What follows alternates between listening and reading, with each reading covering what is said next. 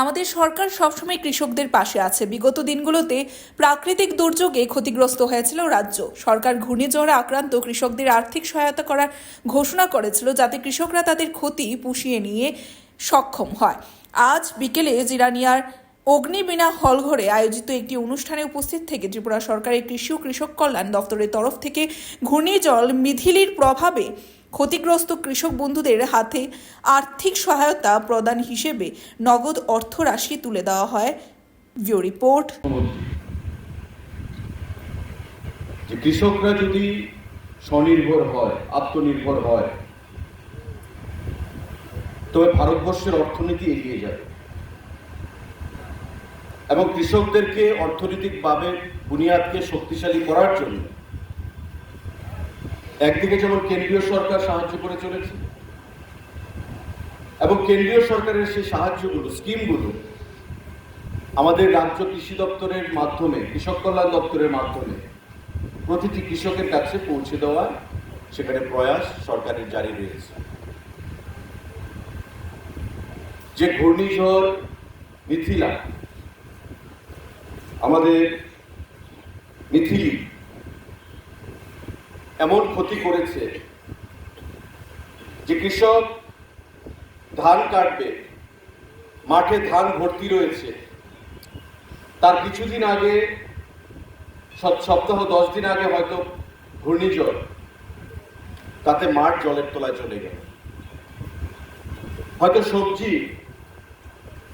সেখানে মাঠ ভর্তি রয়েছে, মিথিলির প্রভাবে সেই সবজিতে পচন ধরে গেল।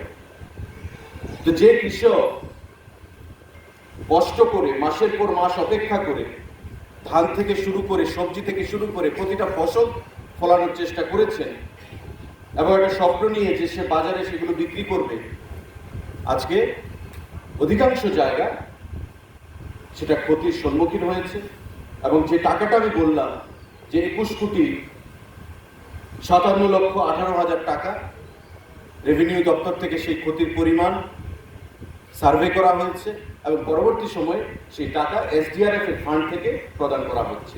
স্টেট ডিজাস্টার ম্যানেজমেন্ট যে ফান্ড, সেই ফান্ড থেকে সেই টাকা প্রদান করা হচ্ছে। বন্ধুরা, আমাদের আগেই দেওয়ার ইচ্ছে ছিল, মানসিকতা ছিল, কিন্তু আমাদের দেশের লোকসভা নির্বাচন, মডেল কোড অফ কন্ডাক্ট, তার জন্য সরকারি কর্মসূচি সেখানে ঘোষণা করতে পারেনি। আপনারা জানেন আগামী কয়েকদিনের মধ্যে পঞ্চায়েত নির্বাচন ঘোষণা হবে। তাই মাননীয় মুখ্যমন্ত্রী, মাননীয় কৃষিমন্ত্রীর তত্ত্বাবধানে তারা তদবির করেছে, তাই যেন আমাদেরকে আরো 1 মাস পিছিয়ে যেতে না হয়, তার জন্য আজকে এই কর্মসূচি সারা রাজ্যে 39টা জায়গায় সেখানে পালন করা হচ্ছে, যেখানে 78,000 কৃষক থেকে বেশি কৃষককে বেনিফিট প্রদান করা হচ্ছে। বন্ধুরা, যে আমরা ধান ক্রয় করি না, আমরা রাজ্য সরকারকে অর্থ রিইম্বার্সমেন্ট করি, অর্থ ফিরিয়ে দিই।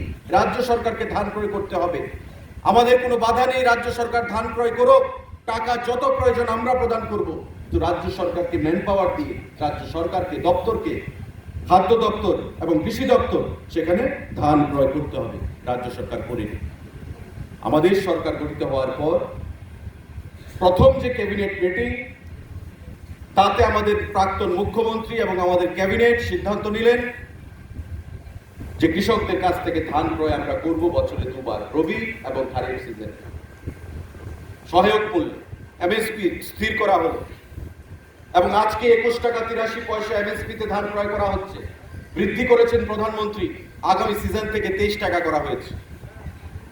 কৃষকদেরকে অর্থনীতিকে শক্তিশালী করতে হবে, তাদের বুনিয়াদকে শক্তিশালী করতে হবে, এটাই হচ্ছে সরকারের একমাত্র লক্ষ্য, একমাত্র উদ্দেশ্য। বন্ধুরা, এবং সেটাকে লক্ষ্যমাত্রা নিয়েই যাতে কৃষক সমাজ যাতে কোনোভাবে কৃষিকাজে যাতে উৎসাহ না হারায়, জমি যেন খালি পড়ে না থাকে, তার জন্য সরকার সর্বদা সেখানে সচেষ্ট রয়েছে। একটা সময় ছিল যখন আমার কৃষক ভাইয়েরা একবার ফসল করে আরেকবার ফসল করানোর জন্য সেখানে ইন্টারেস্ট হারিয়ে ফেলতেন, কারণ আমি ফসলটা করে করবো কি, সরকার তো ক্রয় করছে না। আর যারা ফরিয়ারা রয়েছে, যারা চাল সেখানে ধানের ব্যবসা করেন, তারা কম দাম দিয়ে কৃষকদের কাছ থেকে ধান ক্রয় করত। সুতরাং তাদের যা খরচ হতো সেই টাকা তারা বিক্রি করে আনতে পারতো না, লসে রান করতো কৃষকরা, তাই ইন্টারেস্ট হারিয়ে ফেলেছিল। কিন্তু আমাদের সরকার ঘোষণা দেওয়ার পর যে সরকার কৃষকদের কাছ থেকে ধান ক্রয় করবে, সেই ঘোষণা দেওয়ার পর কৃষকের মধ্যে, কৃষক সমাজের মধ্যে একটা আলাদা উৎসাহ আমরা লক্ষ্য করেছি।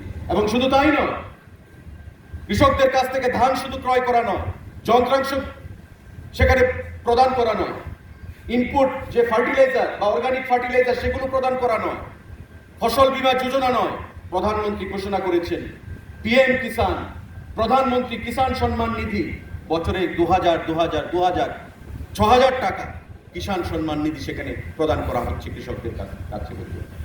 কারা কারা এখানে 6,000 টাকা পাচ্ছেন একবার হাত তুলবে? 598 জন, অর্থাৎ সারা রাজ্যে 78,000-এর উপর সংখ্যা কৃষক বেনিফিট পাবে। আমাদের এই কর্মসূচিতে যারা উপস্থিত টোটাল যে কৃষক তাদের সংখ্যা 598 জন। এ হচ্ছে এগ্রিকালচারে অর্থ প্রদান করা হবে 18,87,000 টাকা, এবং হর্টিকালচারে সংখ্যাটা হচ্ছে 202 জন। আপনাদেরকে অর্থ প্রদান করা হবে 7,65,000 টাকা। যারা ধান ক্ষতিগ্রস্ত হয়েছেন তাদেরকে এগ্রিকালচার থেকে দেওয়া হচ্ছে। যারা সবজি ক্ষতিগ্রস্ত হয়েছেন, ফুল চাষ করতে গিয়ে ক্ষতিগ্রস্ত হয়েছেন এই মিথিলির প্রভাবে, তাদেরকে হর্টিকালচার থেকে সাহায্য প্রদান করা হচ্ছে। এবং সারা রাজ্যে এই কর্মসূচি আমাদের আজকে পালিত হচ্ছে। তো আমি রাজ্যের মাননীয় মুখ্যমন্ত্রী, মাননীয় কৃষিমন্ত্রীকে ধন্যবাদ জানাচ্ছি এই মহকুমাবাসীর তরফ থেকে, আমার ব্যক্তিগত তরফ থেকে। এবং জন্মলগ্ন থেকে শেষ পর্যন্ত একটা কৃষক ধান চাষ করবে, কি করতে হবে? সয়েল টেস্টিং, তারপর জমি কর্ষণ করা, পাওয়ার টিলার দেওয়া হচ্ছে, ফার্টিলাইজার দেওয়া হচ্ছে, সিড প্রদান করা হচ্ছে, পিপিসি দেওয়া হচ্ছে, অর্গানিক ইনপুটস আপনাদেরকে প্রদান করা হচ্ছে। রক্ষা করার জন্য ফসল বীমা যোজনা রয়েছে। তারপর যখন ফসল আপনার হারভেস্টিং হবে, চাষের পর ধান যখন পাকবে মাঠে, এই পাকা ফসল ঘরে তুলবেন, হারভেস্টিং করবেন, তার জন্য আপনাদেরকে ট্রান্সপ্ল্যান্টার দেওয়া হচ্ছে। এবং পাকা ফসল ঘরে নেওয়ার পর যাতে কোনো কৃষককে বসে থাকতে না হয়, সরকার খাদ্য দপ্তর আপনাদের কাছ থেকে ধান ক্রয় করছে, প্যাডি প্রকিউরমেন্ট। এবং আজ পর্যন্ত সারা রাজ্যে এবারকার যে খারিফ সিজনে প্রায় 15,000 এমটি, আমাদের যে লক্ষ্যমাত্রা ছিল 15,000 মেট্রিক টন ধান আমরা এবার ক্রয় করব, প্রায় আমরা তার কাছে, লক্ষ্যের কাছে পৌঁছে গেছি। এবং সারা রাজ্যে একটা বিশাল অংশের কৃষক তাতে লাভবান হয়েছে। বন্ধুরা, একটা সময় ছিল বন্ধুরা, আপনারা কৃষক সমাজ আগেও কৃষিকাজ করেছেন, আগামী দিনেও কৃষিকাজ করবেন, কিন্তু বিগত দিনে আপনারা নিজের বিবেককে জিজ্ঞাসা করুন। একটা সময় ছিল যখন কৃষকদের কাছ থেকে সহায়ক মূল্যে ধান ক্রয় করতে হবে, রাস্তাতে স্লোগান তোলা হতো, আর ঝান্ডা হাতে দিয়ে মানুষকে রাস্তায় নামিয়ে দেওয়া হতো। কি বলতেন? যে কেন্দ্রীয় সরকারকে ধান ক্রয় করতে হবে।